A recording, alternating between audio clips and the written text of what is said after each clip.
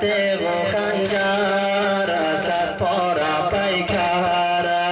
الله اکبر الله اکبر الله اکبر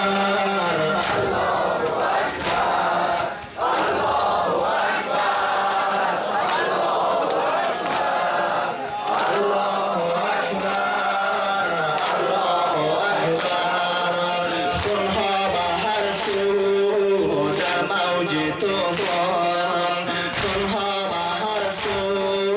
در موج و طوفان خفتند و در خون اجساد عریان جسم شهیدان اوراق قرآن جام شهادت از عشق و در بر جام شهادت از عشق و در بر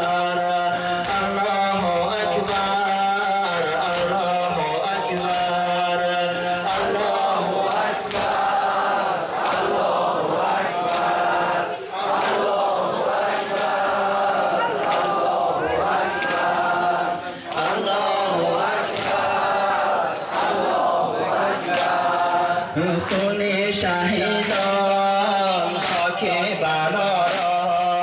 خون شهیدان خاک بلا را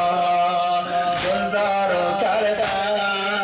کرب و بلا را امضا نمودن دین خدا را دین جاودان شد تا صبح محشر دین جاودان شد تا صبح محشر الله اکبر الله اکبر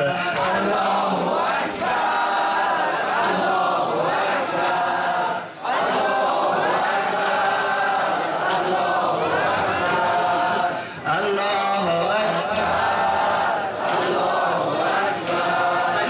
خون حسین است موجش فراگیر خون حسین است موجش فراگیر باران خون است گشته سرازیر ذرات هستی از غصه دلگیر فرزند زهرا در خون شناور